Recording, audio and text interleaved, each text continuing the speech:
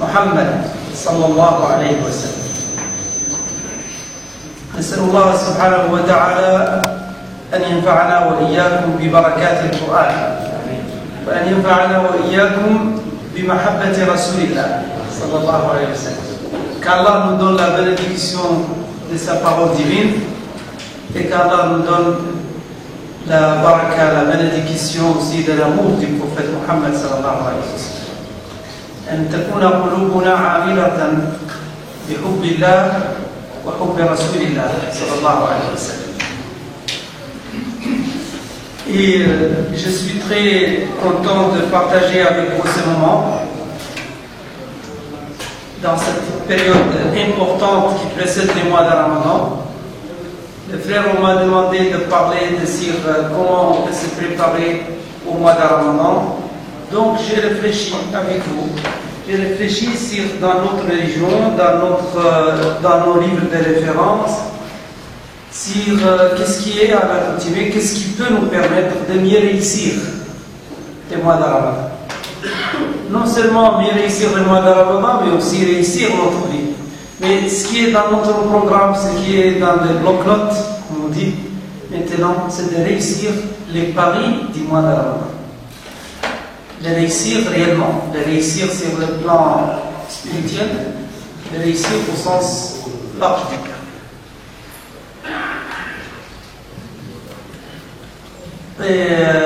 Et donc, ce que je vais essayer de partager avec vous sont des éléments clairs. D'abord, à chaque fois, je vais essayer aussi de traduire, Inch'Allah Ta'ala, même si je dis certaines choses en arabe, je vais essayer de les traduire comme ça, tout le monde arrive, les arabophones, les francophones, tout le monde arrive à comprendre, je l'espère, Inch'Allah Ta'ala, pour que le rappel soit utile pour nous tous. Et on va essayer aussi d'être pragmatique, c'est-à-dire en citant les points un par un. Donc j'ai identifié 15 points essentiels pour que l'on puisse bien se préparer à réussir le mois de Ramadan.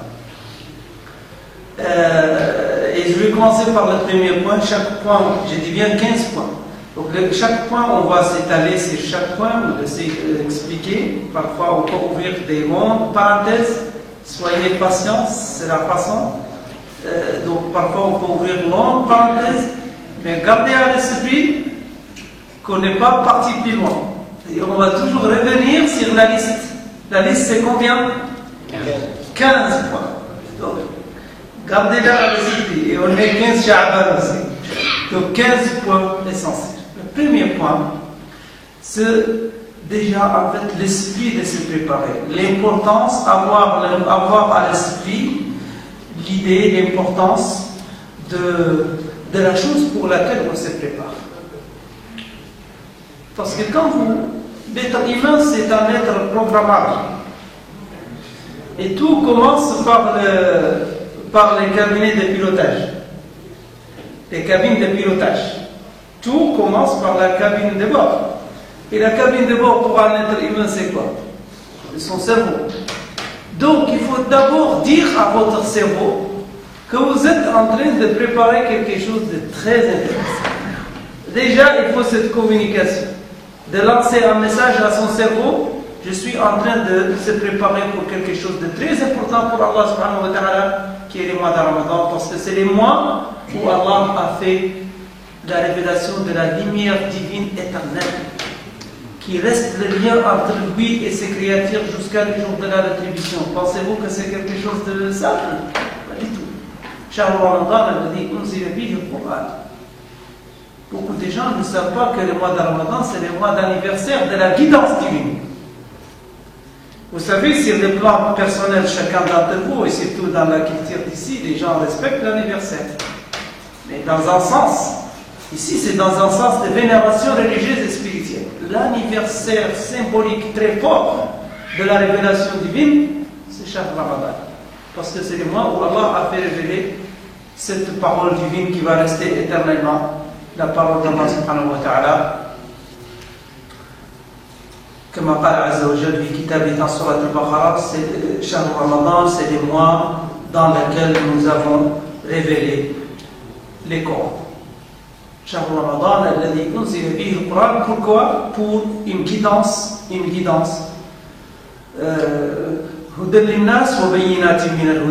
une guidance pour toute l'humanité, une miséricorde pour toute l'humanité, une lumière pour toute l'humanité.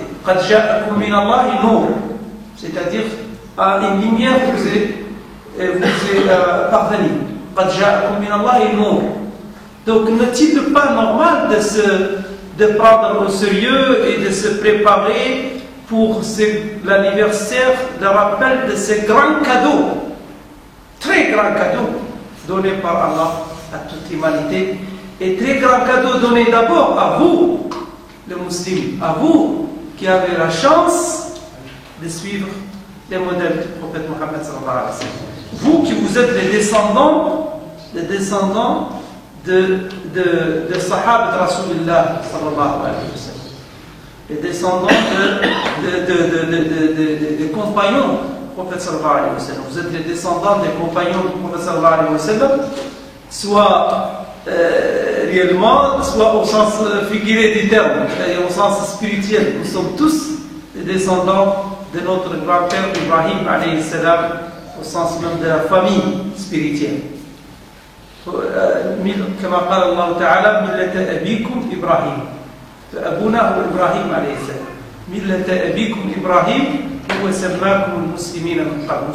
Nous sommes tous les enfants d'Ibrahim alayhi salam et nous sommes tous les disciples de notre prophète Mohammed sallallahu alayhi wa sallam. Et Mohammed sallallahu alayhi wa sallam respectait énormément ces mois de Ramadan. Donc il nous incombe aussi de respecter énormément, de se préparer sérieusement à ces mois bénis par Allah subhanahu wa ta'ala. Et c'est dans notre intérêt, parce que les occasions ne se répètent pas. Vous savez, chez nos anciens, masha'Allah, ce qu'on appelle Salaf Salih, ils avaient l'habitude de passer 6 mois avant, déjà 6 mois avant le mois de Ramadan, 6 mois avant le mois de Ramadan, et 6 mois après le mois de Ramadan, quand il vient le mois de Ramadan, le premier Ramadan, ils passent 6 mois en disant le dua que Allah accepte leur jeûne. Et les 6 mois qui restent de l'année, ils commencent à faire le dua pour que Allah leur permette d'atteindre le mois de Ramadan. 6 mois à l'avance.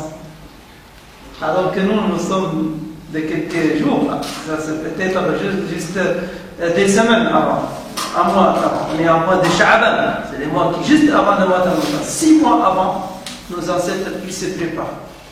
Et c'est ça qui donne la force, c'est ça qui donne l'énergie, c'est ça qui donne la concentration de la conviction.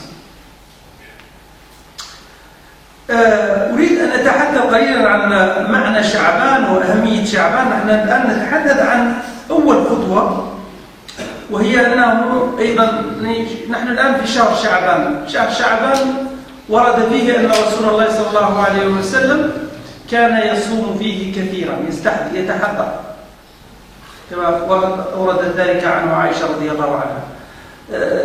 On est dans le mois de Sha'ban. Il a été rapporté que le prophète sallallahu alayhi wa sallam avait l'habitude de beaucoup jeûner le mois de Sha'ban.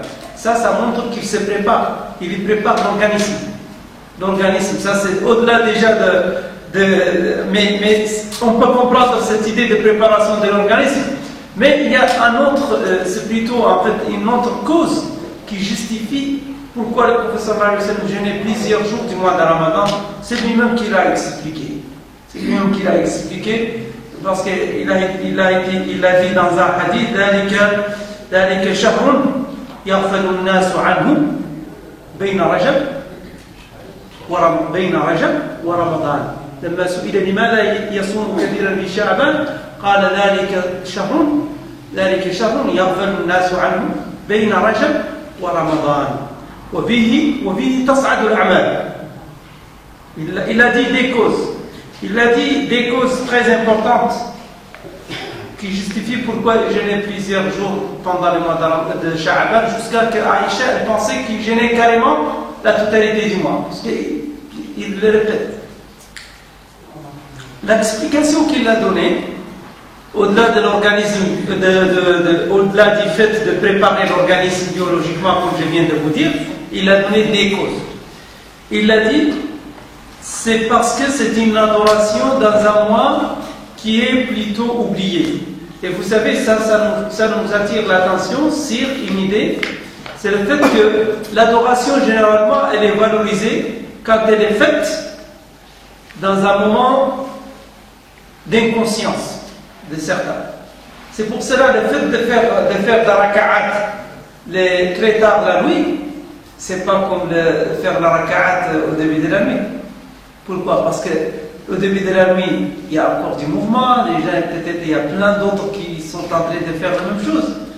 Mais quand vous le faites à les dernières heures de la nuit, c'est un moment plus propice parce que c'est l'aspect de la rareté qui joue. الندرة والجهد الذي يتطلبه الأمر والعبادة في هذا السياق تكون مضاعفة الأجر. شيء آخر الذي ذكره رسول الله صلى الله عليه وسلم في الحديث هو أن الأعمال ترفع في شهر شعبان. أصلا هذا ورد فيه آثار أيضا في نصف شعبان تعرض الأعمال، والأعمال كما تعلمون تعرض على الله سبحانه وتعالى في عدة أوقات وفي عدة أوضاع. تعرض على الله في كل عرض الأعمال له أزمنة وله مواسم. هناك عرض يومي وهناك عرض أسبوعي وهناك عرض شهري، هناك عرض سنوي.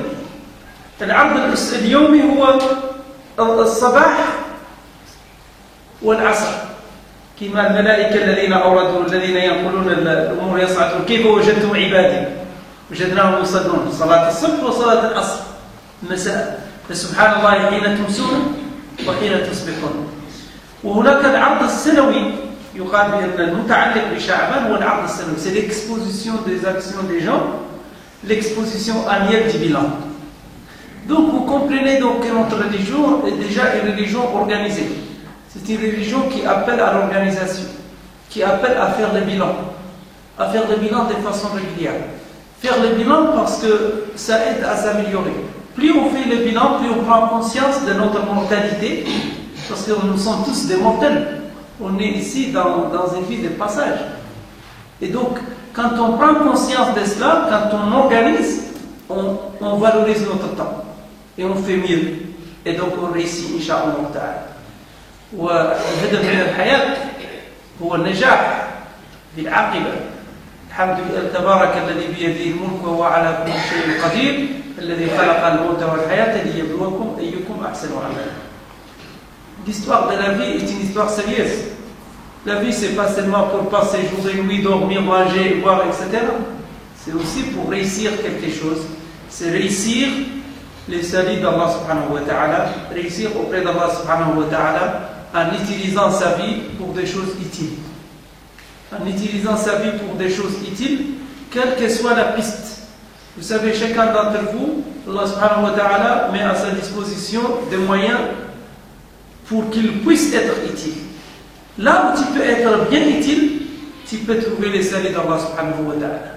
Mais tu le fais avec bonne niya, avec bonne sincérité.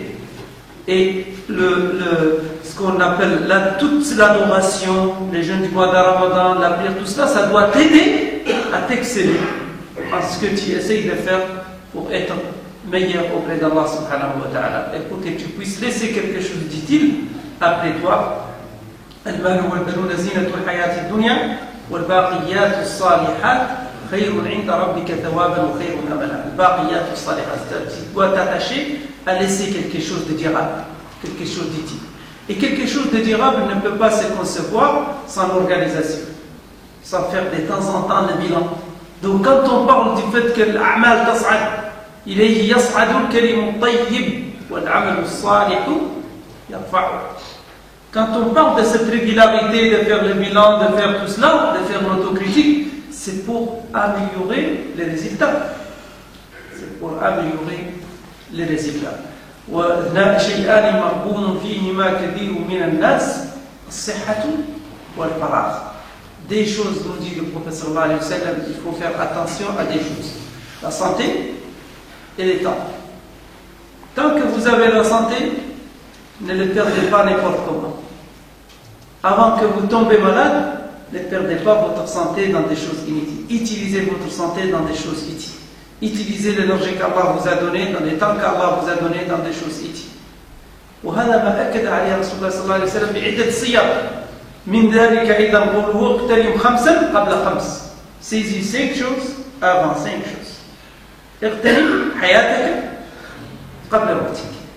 اغتنم صحتك قبل مرضك. اغتنم شبابك قبل هرمك. اغتنم غناك قبل فقرك. هذه الأشياء.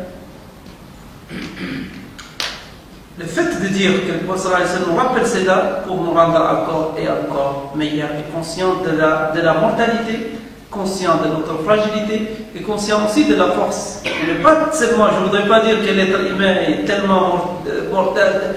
Il faut trouver l'équilibre. Parfois, il y a des messages religieux qui peuvent trop pousser au fait de dire oui, la dunya c'est rien, tout ça c'est mortel, etc., etc. Et donc ils peuvent créer une énergie négative de telle sorte que les croyants restent comme ça, un derwiche qui fait rien. Non, c'est pas ça ce qui est demandé. Ce qui est demandé, c'est de faire bien ce qu'Allah subhanahu wa ta'ala t'a demandé de le faire et d'essayer d'être meilleur là où Allah subhanahu wa ta'ala t'a orienté. C'est de savoir que la dunya est certes dar al-fana, لكنها أيضا دار بناء. كاين اللي يتذكر غير الدنيا دار فناء ويتوقف. لا، الدنيا أيضا دار بناء للآخرة. وليس للمرء بعد الموت من دار إلا الدار التي كان يبنيها.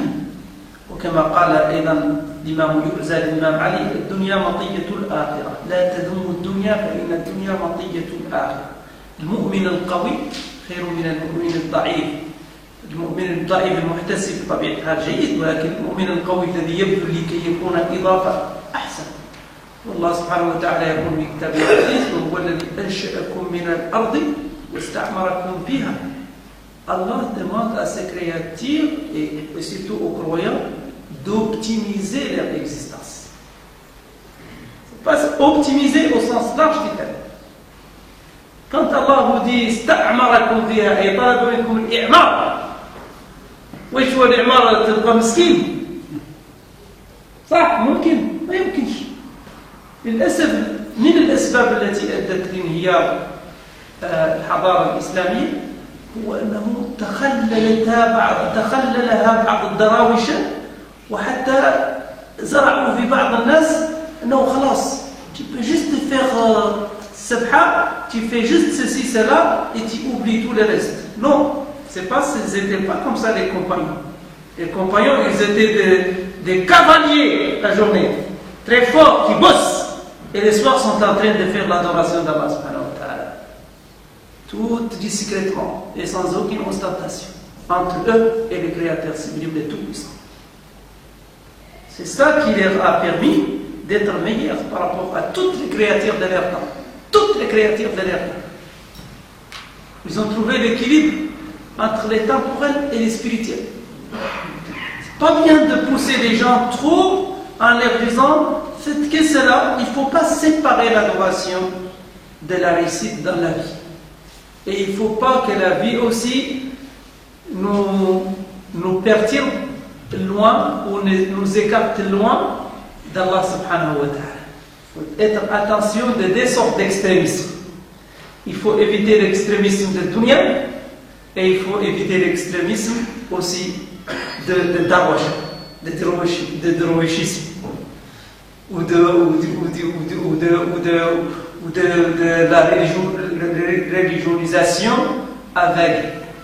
Il faut éviter les deux extrémismes. La darara wa la dirar. La ifrata wa la tafrita.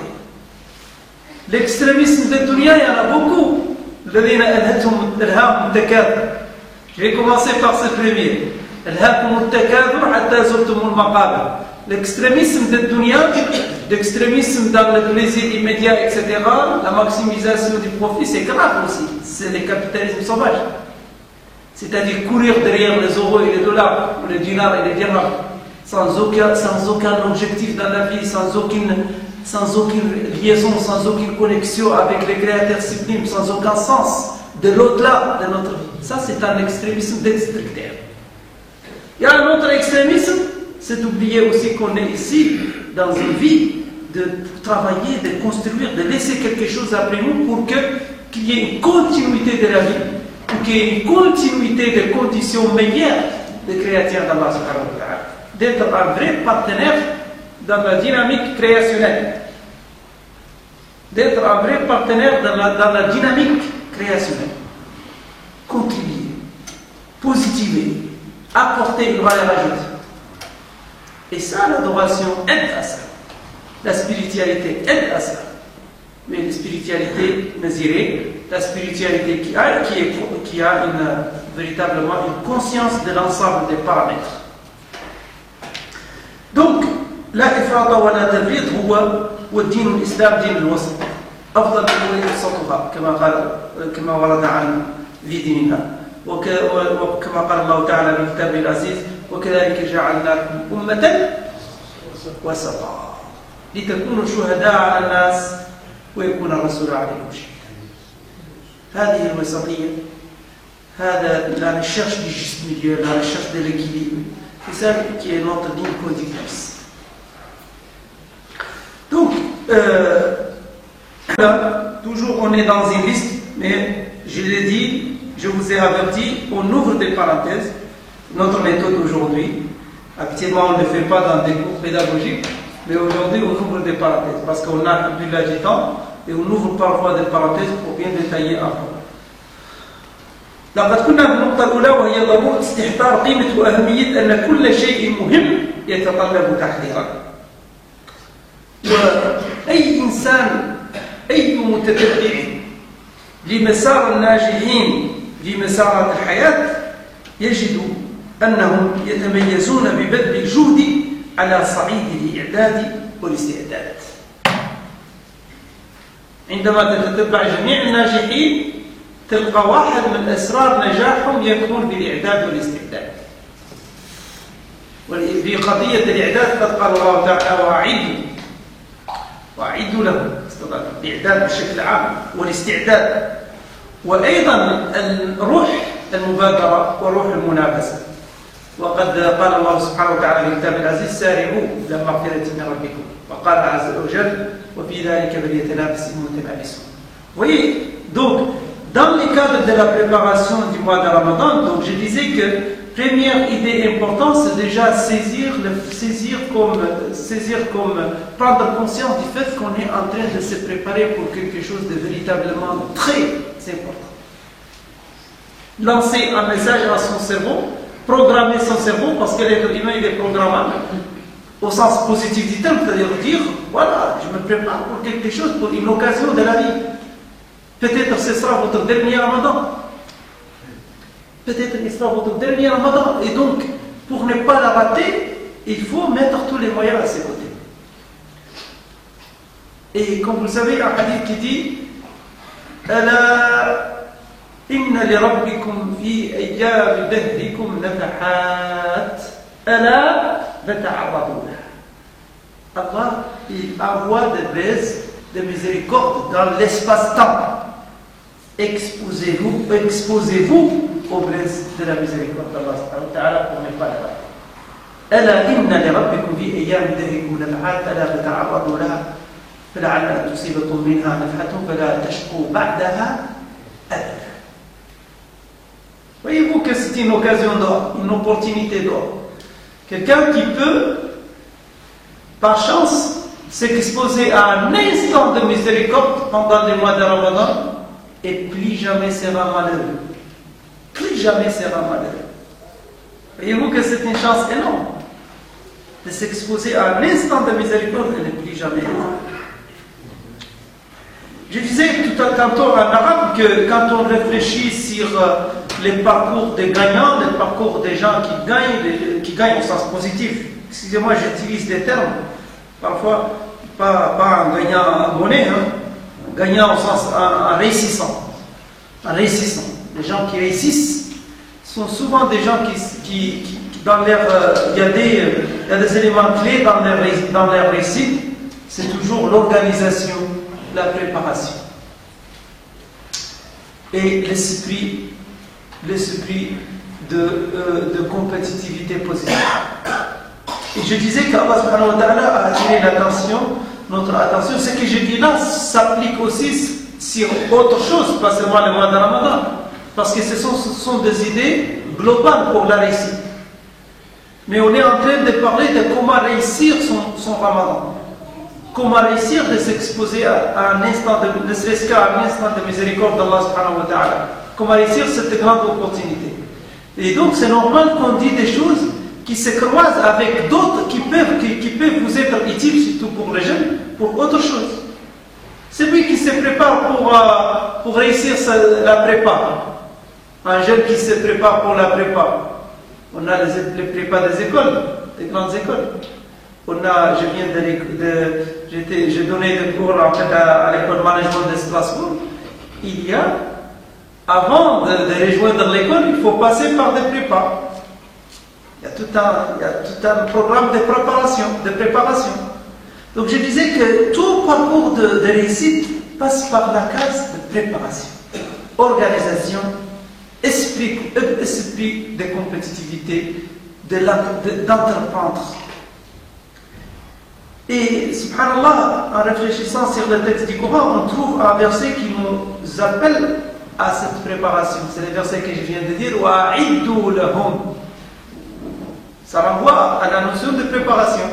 J'ai cité un autre verset qui dit conquérissez-vous dans le bien.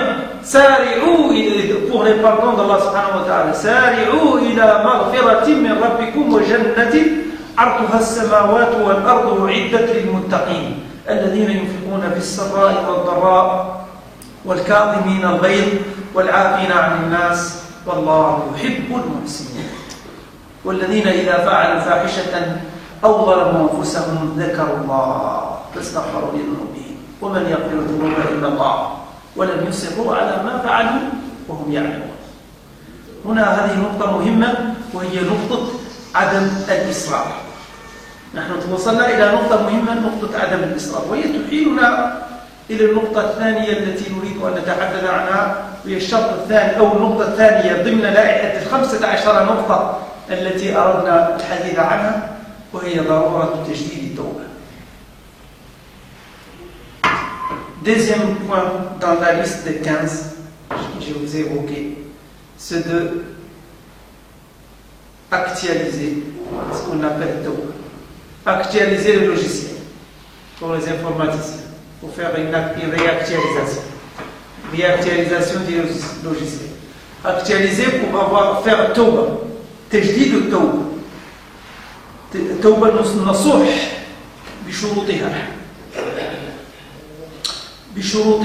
الثلاث، وهي شروط التوبة الثلاث، وهي الندم والإقلاع والعزم أن لا يعود. هذا توبة النصوح شروطها ثلاث أساسية. La première, en fait, les conditions de validité, en fait, je disais que le deuxième point pour bien réussir son mois de Ramadan, après la préparation, après déjà, le premier point, c'était la prise en conscience programmatique qu'on est en train de se préparer pour quelque chose de très important. Deuxième point, je disais, faire Tawbah Nasuh. Le Tawbah Nasuh, disent les Fuqaha, a 3 conditions. La première condition, c'est la rupture avec les mauvaises habitudes. Rupture avec la mauvaise chose. Changer l'endroit où vous avez commis par exemple, quand on dit iqla, c'est-à-dire le décollage, en arabe, si je traduis littéralement. C'est-à-dire que l'endroit où vous avez commis une erreur ou un péché, etc., vous les quittez. Deuxième chose, avoir le regret. Troisième chose, avoir la résolution de ne plus le faire. Sinon, tu joues. Tu joues en faux jeu. 3 conditions. La rupture méthodologique. C'est un concept très important. Une rupture méthodologique, ça veut dire que tu ne restes pas la tête dans le guidon et en même temps tu dis astaghfirullah machinalement. C'est pas ça, Tawbah. Tawbah, c'est que tu changes les conditions pour montrer à Allah subhanahu wa ta'ala que c'est une démarche de changement constructif. Tu as commis par exemple, voilà, quelqu'un qui a fait n'importe quel péché dans un endroit donné, ou qui a, par exemple, qui a fraudé, ou qui a triché, ou qui a commis une erreur envers quelqu'un, ou qui a fait la médisance. Comment on traduit la rupture dans ce sens? La rupture, c'est que tu marques un stop. C'est ça la rupture. La rupture, c'est-à-dire dire à son cerveau, à son corps, stop. Je m'arrête. C'est ça la rupture. C'est pas continuer machinalement comme certains malheureusement dans certains pays et te bat ou te sabah. Mais malheureusement parfois. Quelqu'un qui est en train de commettre une erreur, en même temps il dit astaghfirullah, yukhadi'un Allah wa khadi'uhum. Ça passe pas. Tu peux peut-être tromper un être humain comme toi. Et même peut-être tu trompes que les gens qui ne sont pas trop intelligents. Mais tu ne peux pas tromper Allah subhanahu wa ta'ala. Donc la condition essentielle de Tawbah, c'est de faire la rupture, faire un stop. On a commis des erreurs, surtout le kaba'ir. Bien sûr, les petites fautes sont inhérentes à l'être humain. Il ne faut pas quand même mélanger je sais que je ne suis pas en train de parler à des anges. Moi non plus. On peut tous commettre des erreurs.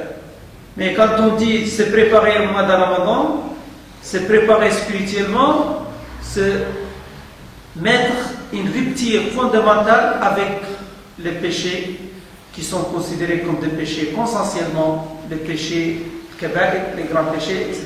Le même, c'est difficile, peut-être vous pouvez le commettre, je ne sais pas, il faut aussi, mais quand même, الذين يجتنبون كبائر الإثم والفواحش إلا إن ربك واسع المغفرة. إن تجتنبوا كبائر ما تنهون عنه إن تجتنبوا كبائر ما تنهون عنه نكفر عنكم سيئاتكم. وهذا من فضل الله على أمة محمد صلى الله عليه وسلم. يريد الله ليخفف عنكم. يريد الله ليبين لكم. يريد الله ليخفف عنكم وخلق الإنسان ضعيفا.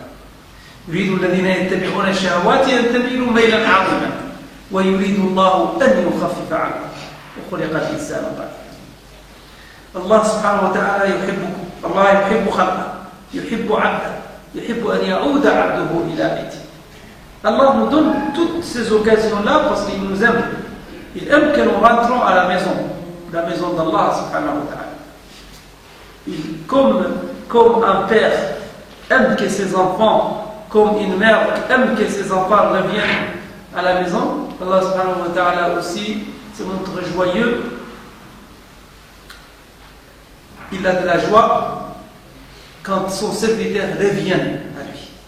C'est pour ça que je disais le verset وَالَّذِينَ إِذَا فَعَلُوا فَاحِشَةً أَوْ ظَلَمُوا أَنفُسَهُمْ ذَكَرُوا اللَّهَ فَاسْتَغْفَرُوا لِذُنُوبِهِمْ وَمَنْ يَغْفِرُ الذُّنُوبَ إِلَّا اللَّهُ وَلَمْ يُصِرُّوا عَلَى مَا فَعَلُوا وَهُمْ يَعْلَمُونَ.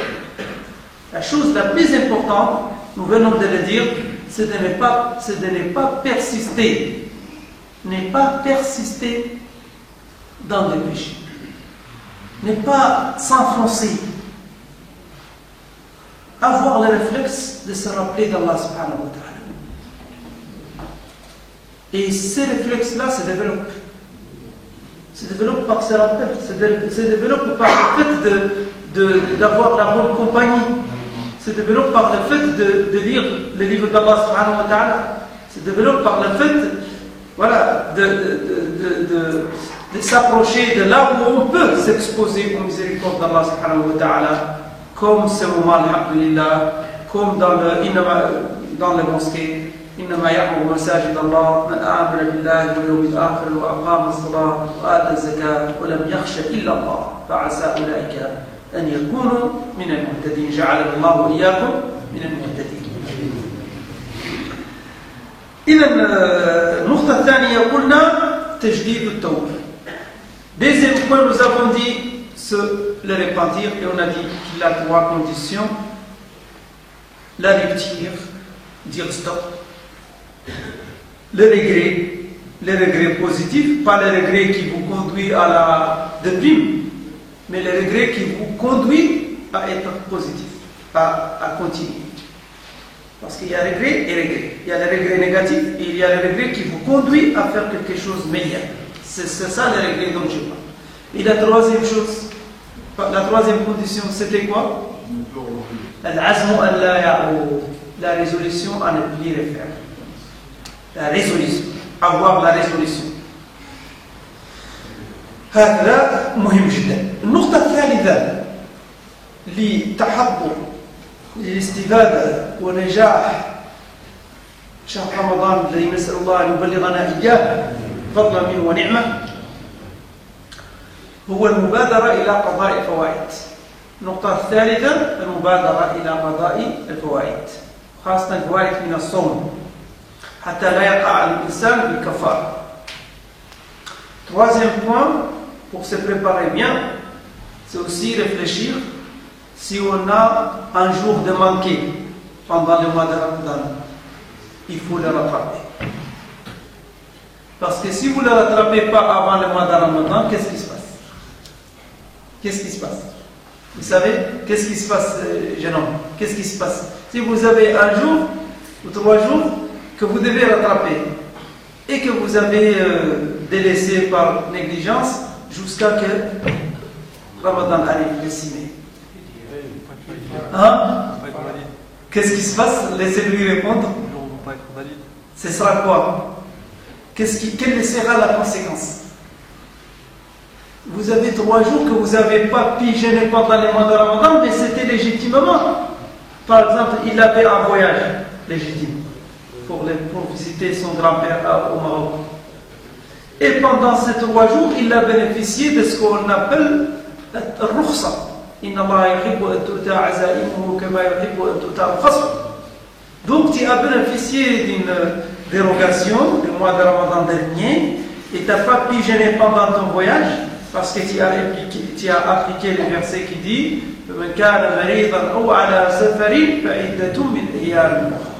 et donc tu as 3 jours à rattraper. Le problème c'est que tu as négligé jusqu'à ce que le Ramadan 2019 arrive. Quelle sera la conséquence, jeune homme? Hein?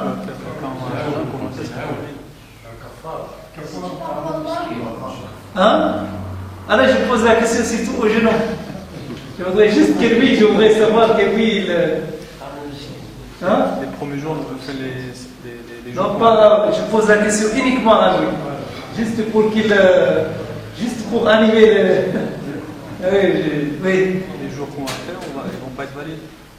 Quel jour? Quand on va commencer Ramadan. Ah, vous voyez qu'est-ce qu'il a dit? Vous avez entendu ce qu'il a dit? Il a dit que si le mois de Ramadan arrive, ça veut dire que son Ramadan, ce Ramadan-là, ne sera pas valide parce qu'il n'a pas pu rattraper. Vous avez compris? Vous avez compris sa réponse? Est-ce que c'est une bonne réponse?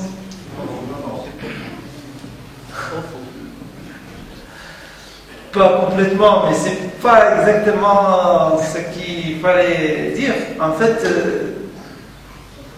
ce sont des choses distinctes. La validation du mois prochain, du mois de Ramadan prochain, n'est pas forcément liée à la validation du mois d'avant. Mais il y a une conséquence du fait de la négligence de ne pas rattraper avant que les mois de Ramadan arrivent. Celui qui laisse par négligence quelques jours de rattrapage sans le faire, la conséquence sera ce qu'on appelle le kafara. C'est une sanction religieuse. Mais une sanction, pas au sens des sanctions négatives, mais une sanction dans le sens de discipline, une mesure disciplinaire. Vous connaissez, c'est une mesure disciplinaire. Cette mesure disciplinaire a été expliquée par le prophète sallallahu alayhi wa sallam. Et ce qu'on appelle une expiation, une kafara. Ça veut dire que celui qui laisse des jours comme ça sans les rattraper, jusqu'à que le mois de Ramadan arrive. Il avait toute une année pour se rattraper, il ne l'a pas fait. Donc il doit corriger suivant 3 options possibles. Soit il doit jeûner des mois successifs. Des mois successifs pour que plus jamais oublier. Comme ça il ne va plus jamais oublier. Ou bien il doit nourrir 60 pauvres. 60 miskins. 60 ayant droit à la zakat. 60 personnes ayant droit à la zakat. Ou bien libérer un être humain. Cette 3e option n'existe plus quasiment. Donc il lui reste des options possibles. Quelqu'un qui fait cette erreur, qui ne rattrape pas avant que le mois de Ramadan arrive, il doit soit jeûner des mois successifs, soit il nourrit 60 pauvres. Et quand on dit nourrir 60 pauvres, c'est-à-dire pour chaque pauvre, il doit donner l'équivalent de ce qui suffit pour une journée. C'est-à-dire multiplier par exemple 10, disons 10 par 60, c'est-à-dire 600 euros. 600 euros. Il doit payer cash ou nourrir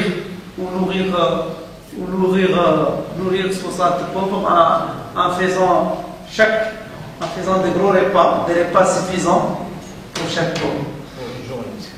Pour homme, il peut le faire en une seule journée, mais il faut regrouper 60 pauvres.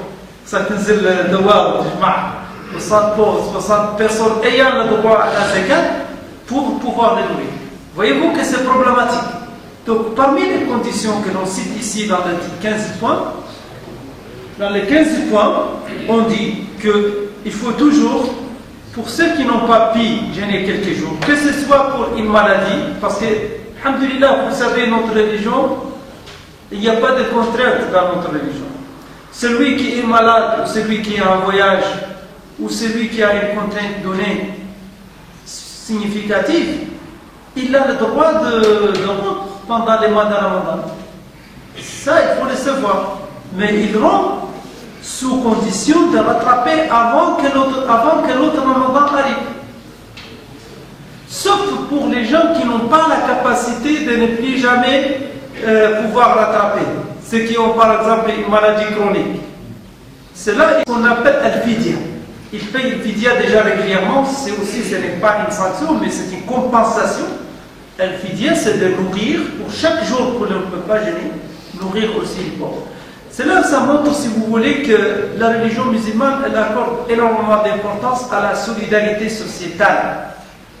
Ça veut dire que si comme vous n'avez pas pu, en fait, jeûner, on vous donne l'occasion d'être utile. Voyez-vous, ça nous ramène à l'utilité que l'on a évoquée tout à l'heure. Ça vous permet d'être à la fois adorateur d'Allah subhanahu wa ta'ala, mais aussi ne pas oublier d'être utile à ta communauté. Apporter quelque chose. Apporter une sadaqa. Apporter une compensation fidya. Apporter une kafara. Être utile. Et c'est ça qui renvoie à la notion que l'on a évoquée qui est fondamentale, al-i'mar. I'mar al-ard. L'optimisation de l'existence autour de nous. Et c'est quelque chose, une équation qui appelle plusieurs paramètres. Donc, on a déjà dit 3 points. Le 4e point, نقطة الرابعة في إطار التحضير لنجاح شهر رمضان إن شاء الله هو التحضر النفسي والروحي والبدني والسياقي. الاستعداد لزيارة ضيف كبير كما تعلمون تقتضي أن نتحضر. أنت لما يقولوا لك الآن راح يجيك واحد وزير يزورك في البيت، سيد إبراهيم يقول لك راح يجي عندك الوزير الفلاني في البيت، راح تخلي كل شيء بحال ولا راح تتحضر كويس؟ راح تتحضر. أيضا لله المثل الأعلى، بما أن شهر رمضان شهر القرآن وشهر الإتقان وشهر العرفان، parce que les mois de Ramadan c'est les mois du Coran, c'est les mois de la reconnaissance du bienfait d'Allah subhanahu wa ta'ala, c'est le mois de l'affranchissement définitif l'affranchissement définitif de tout malheur, c'est tout le malheur éternel de l'enfer. L'affranchissement, il y a une occasion, chacun d'entre nous peut tomber sur l'occasion d'être affranchi définitivement. Quoi qu'il fasse. C'est une occasion énorme. Donc, compte tenu de cette importance, c'est très important de se préparer psychologiquement, de se préparer spirituellement, de se préparer physiquement. Se préparer physiquement, c'est-à-dire quoi? C'est-à-dire gêner quelques jours. C'est-à-dire on peut sauter parfois, gêner ne serait-ce qu'une demi-journée si vous voulez. Se préparer, préparez votre organisme. Préparez votre organisme au fait que vous pouvez passer une journée sans. Pourquoi tout cela? Pour ne pas tomber subitement dans le madame. C'est pour cela, malheureusement, certaines personnes qui ne se préparent pas comme ça, تلقاهم اليوم الأول في الدوار.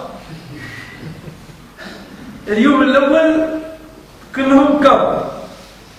Pourquoi? Parce qu'ils ne sont pas préparés. Or, notre prophète sallallahu alayhi wa sallam s'est préparé pendant les mois de Sha'ban. Il se prépare. Donc, ça rentre comme une lettre à la poste. Le mois de Ramadan, ça rentre de façon fluide. Parce qu'on s'est déjà préparé un petit peu le mois de Sha'ban. Vous voyez? Je disais 4 points. Le 5e point, je reviens à la nécessité d'avoir une très bonne niya, d'être animé par une très bonne niya. Islah niya. وكما قال الله عز وجل في كتابه العزيز يعلم الله في قلوبكم خيرا يؤتيكم خيرا. خص الواحد يشرج الباطل بتاعه بنية زينة، نية طيبة، نية صالحة، نية اللي فيها الخير. يحب الخير للناس، يحب الخير لعباد الله، يحب الخير للمسلمين، يطلب ربي ينزل الرحمة على كاع أمة محمد صلى الله عليه وسلم. اللهم ارحم أمة محمد رحمة عامة.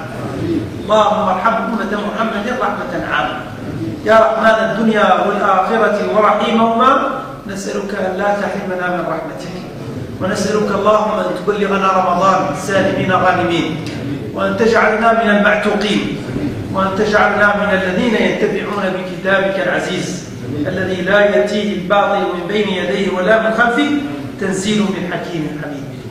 خص واحد تكون عنده النية الزينة، يحب الخير للمسلمين، يحب الخير كاع أمة محمد صلى الله عليه وسلم حتى يوصل رمضان ويستفيد من رمضان ويتبع من الأنوار التي جعلها الله سبحانه وتعالى في شهر البركة والغفران والعتقان من النار.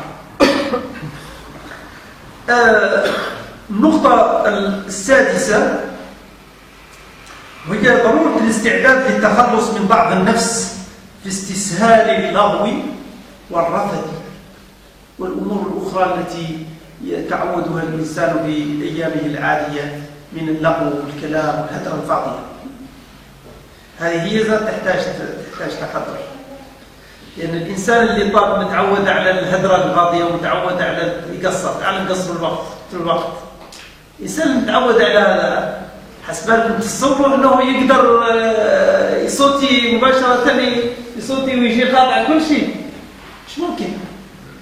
Pour qu'il puisse le faire, l'être humain aussi a besoin, le 6e point, il faut parfois que je traduis mot à mot, sinon اللي ما يعرفش اللغتين ما يقدرش يتابع معايا. Je disais que le 6e point, c'est qu'on doit aussi se préparer au niveau de ce qu'on appelle la purification de la langue. Parce que je disais que l'être humain, les gens qui ont en fait par nature beaucoup de volonté de parler, de discuter énormément, de faire des causeries, parfois des futilités, comment? De faire namima, de faire riba, de faire plein de choses. Il y a des gens qui sont par nature ما يقدرش يحكم لسانه. الله غالب. ولكن c'est pas la fin. Nous, si on ouvre un espoir, on lui dit que ce n'est pas possible, ce n'est pas impossible de changer ça. Que le mois de Ramadan peut aussi nous aider à changer ça. C'est pour cela qu'on dit il y a toujours espoir par la grâce d'Allah subhanahu wa ta'ala. Ce n'est pas impossible de changer. Et donc, le 6e point dont on veut dire, c'est que, comme le prophète sallallahu alayhi wa sallam nous a dit, un hadith très célèbre. من لم يدع قول الزور والعمل به فليس لله حاجة في أن يدع طعامه وشرابه.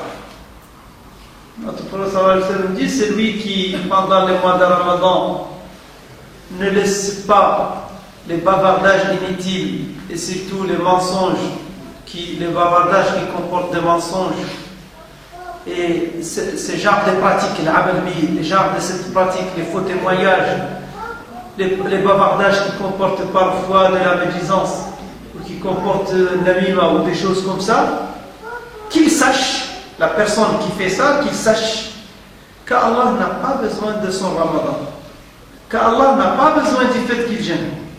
Voyez-vous? Donc moi, en réfléchissant sur ça, je me dis, bah, il faut aussi se préparer. Surtout, il faut que je donne ces conseils à moi-même et à tout le monde. On se conseille mutuellement que si on a un faible là-dessus, si on a un point faible là-dessus, il faut aussi savoir qu'on doit se préparer pour l'éradiquer. Et il ne faut pas attendre que les mois de Ramadan arrivent pour que l'on puisse prendre conscience de cela. Ça se prépare. Comme toute pathologie, comme toute maladie, ça se soigne. Et il y a toujours possibilité de changer ça, et alhamdulillah, en prenant conscience que cela diminue les gens, que cela diminue la récompense, que cela diminue la qualité du Ramadan, on peut se préparer en diminuant la parole inutile, en diminuant la futilité, en diminuant les causeries inutiles. Être concentré sur des objectifs précis. Déjà, ça rappelait que la vie ici, dans cette terre, n'est pas faite pour des bavardages inutiles. Cela encore, je reviens à mon credo tout à l'heure, l'équilibre. Je dis bien l'équilibre, le juste milieu. Je ne veux pas dire que, quand même, qu'il ne faut pas parler, il ne faut pas dire salam, etc. Je dis juste qu'il ne faut pas de futilité. Il faut que des paroles, من كان يؤمن بالله واليوم الآخر فليقل خيرا. هذا حديث رسول الله صلى الله عليه وسلم. Quand on a ça comme orientation, c'est clair. Allah, le prophète sallallahu alayhi wa sallam dit que celui qui essaie de parler, qui pose la question, est-ce que ce que je vais dire, c'est utile ou pas utile? Si ce n'est pas utile, il vaut mieux se taire. Épargne ton énergie pour autre chose. Visite. Et ne pas oublier, c'est un mot que je vais dire tout à l'heure, je disais tout tantôt qu'il faut se préparer au sens spirituel, il faut se préparer au sens psychologique, il faut se préparer au sens physique en gênant quelques jours, au sens sanitaire, pour que votre organisme ne bascule pas directement dans un changement vital. La vitalité n'est pas bonne. Et j'ajoute qu'il faut, je l'ai dit en arabe, il faut aussi un changement au niveau environnement autour, c'est-à-dire les cadres de votre vie, au niveau de la maison.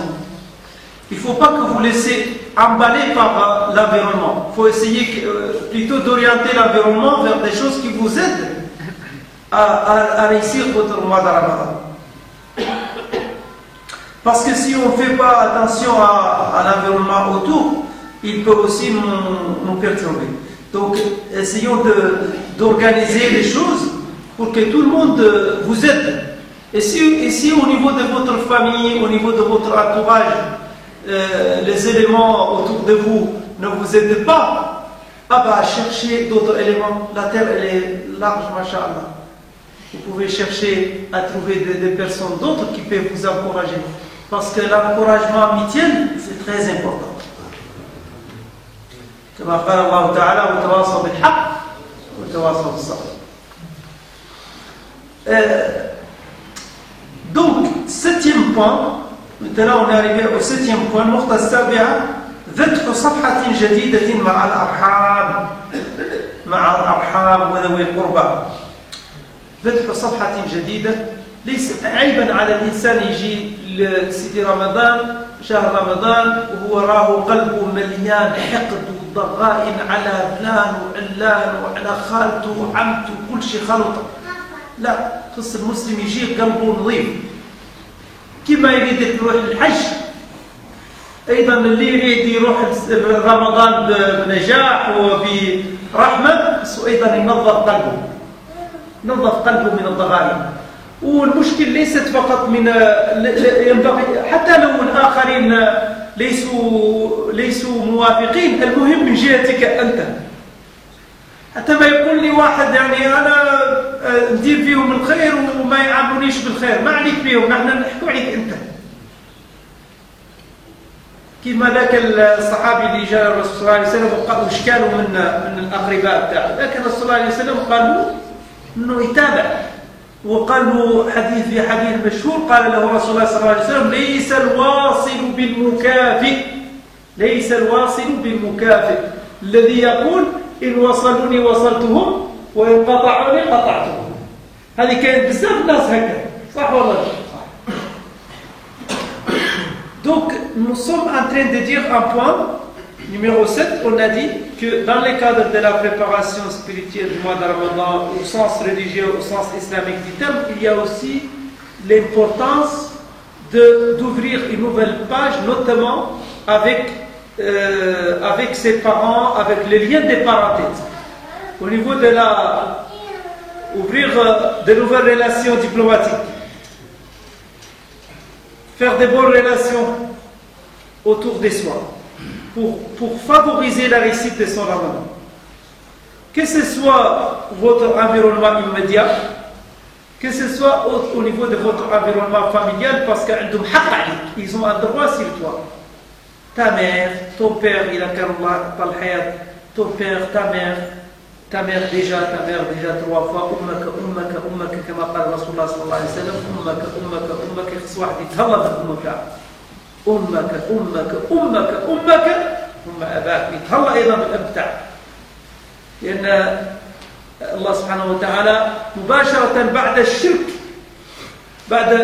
بعد الأمر بالنهي عن الشرك والأمر بالتوحيد أمر بعناية الوالدين. وصينا الإنسان بوالديه واعبدوا الله ولا تشركوا به شيئا وبالوالدين إحسانا. ثم الأقربين، الرحم، العلاقة بالرحم. Je viens de dire que nécessité d'ouvrir une nouvelle page. Je disais qu'il faut avoir une bonne relation de parenté avec ses parents, surtout avec la mère, avec le père, parce qu'Allah subhanahu wa ta'ala, juste après l'ordre de faire tawhid, d'être animé par tawhid, le monothéisme pur, la foi en Allah subhanahu wa ta'ala, il a ordonné de prendre soin de nos parents. Et en plus, notre prophète sallallahu alayhi wa sallam a ordonné de prendre soin de parenté au sens de lien de parenté au sens large. C'est pour ça que je me suis rendu compte. De lien de parenté au sens large. Et il a donné l'exemple sur le fait de ne pas être comme celui qui calcule, les calculateurs, qui dit si mes proches me visitent, je les visite, si je ne les visite pas, je ne les visite pas. Ou bien qui dit s'ils font un geste envers moi, je fais un geste, sinon il ne faut pas. Du point de vue de la spiritualité musulmane, non. Du point de vue de la spiritualité musulmane, tu fais l'initiative. Bien sûr, on ne te demande pas d'insister, mais au moins, ne serait-ce que le minimum syndical, comme ils disent, le minimum vital, tu gardes le lien, toi, de ton côté, par foi et par principe. Par principe de relation avec Allah subhanahu wa ta'ala. Et comme a dit Rasulullah sallallahu alayhi wa sallam, من أراد أن يبسط له في رزقه وينسأ له في أموره فليصل رحمه. Que celui qui veut qu'Allah subhanahu wa ta'ala lui accorde une large subsistance, que celui qui veut qu'Allah subhanahu wa ta'ala lui accorde une longue vie, qu'il prend soin des liens de parenté, qu'il préserve les liens de parenté avec respect. Non pas pour le beaux yeux peut-être, mais parce que par l'aspect d'Allah subhanahu wa ta'ala, par l'aspect de ce qu'Allah subhanahu wa ta'ala dit. لأن الرحم اشتق لها الله اسما من اسمه العظيم الرحمن الرحيم. وقال من وصلها وصلته. ومن قطعها قطعته. نسأل الله أن يوفقنا لصلة الأرحام ويوفقنا لبركات بسم الله الرحمن الرحيم سبحانه لا إله إلا هو. ونسأل الله أن يرحم أمة محمد صلى الله عليه وسلم برحمته الواسعة. Je vais accélérer pour les points qui restent. Donc le point numéro 8, سلامة الصدر واستصحاب النية الطيبة. كما قال رسول الله صلى الله عليه وسلم في خصوص الإنسان الذي عنده قلب طيب كل مخموم القلب صدوق اللسان. سئل رسول الله صلى الله عليه وسلم أي الناس أفضل فقال كل مخموم القلب صدوق اللسان. الإنسان اللي عنده القلب الطيب هو أفضل الناس واللسان الطيب. القلب الطيب واللسان الطيب. النقطة التاسعة مجالسة أهل العلم وأهل المحبة لأن الإنسان على دين خليله. ولله در الشاعر حين يقول يعني الإنسان على دين خليله حتى أولا بأبيه. الإنسان الذي يقتدي بإنسان يأخذ منه العادات السيئة. ويأثرني بالحديث الصحيح بدلا حتى لا أذهب إلى الشعر أذهب إلى الحديث. شتان ما بين الشعر والحديث. أذهب إلى الحديث إلى حديث رسول الله صلى الله عليه وسلم المرء على دين خليله فلينظر أحدكم من يخالف. والبيت الشعري الذي كنت أريد أن أقوله لا تسأل عن المرء واسأل عن قرينه فكل قرين بالمقارن يقتدي.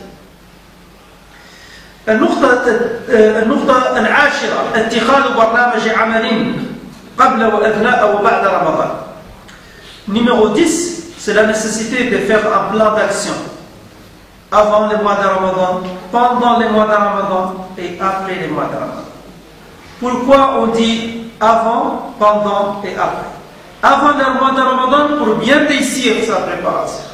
Pendant les mois de Ramadan pour bien s'exposer aux miséricordes d'Allah subhanahu wa ta'ala et sortir affranchi.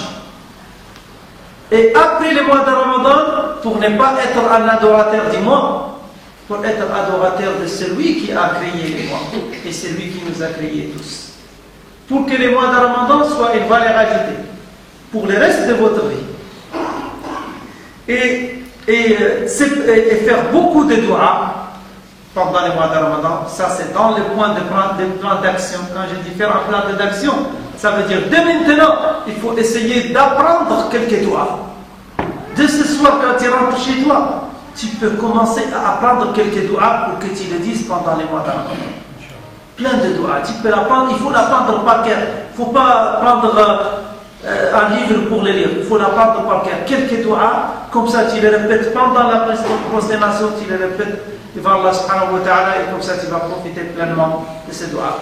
Et surtout, apprendre aussi de nom d'Allah subhanahu wa ta'ala, les attributs d'Allah subhanahu wa ta'ala, puis apprendre quelques attributs d'Allah subhanahu wa ta'ala pour enjoliver encore le doigt.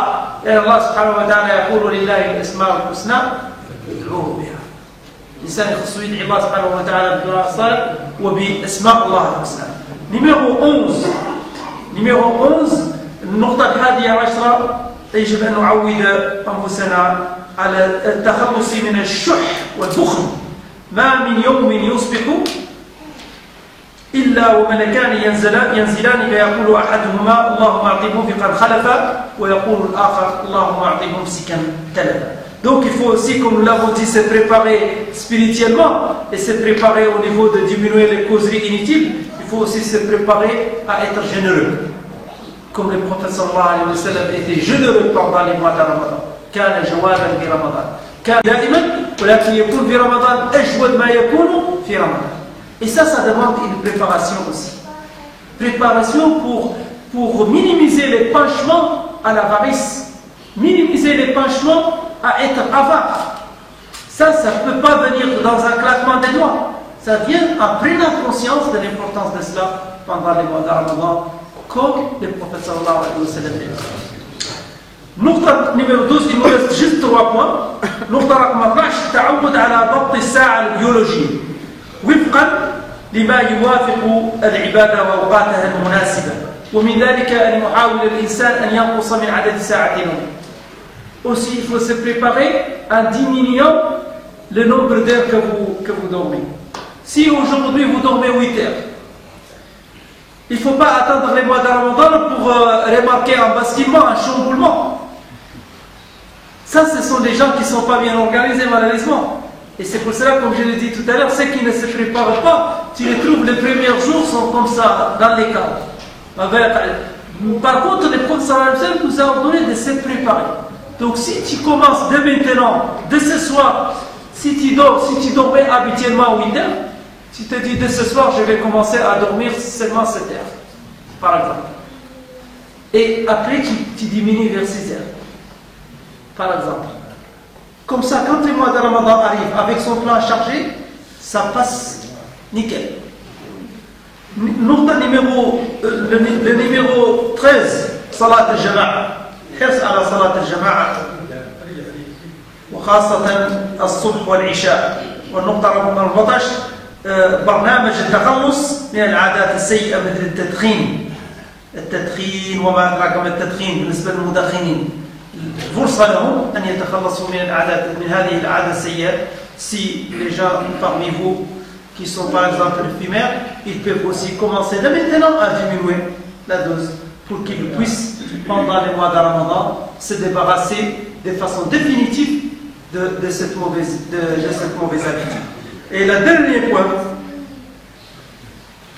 هو أن يحاول الإنسان أن يجعل محيطه يعينه، وإن لم يستطع فليختر محيطا معينا على ذلك، معينا على النجاح. فالإنسان يتأثر ببيئته ويتأثر بمحيطه، يتأثر بمن هم حوله، ولا شيء أكثر تشجيعا على ذلك من مجالسة العلماء، مجالسة أهل الذكر، مجالسة المحبين لله، المتحابين بالله.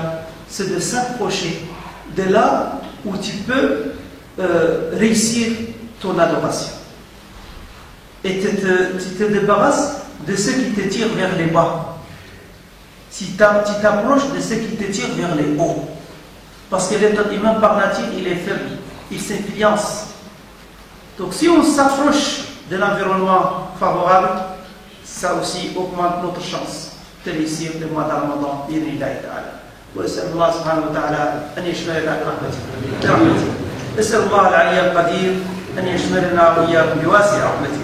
نسأل الله العلي القدير أن لا يحرمنا من رمضان. نسأل الله العلي القدير أن لا يحرمنا من شهر القرآن.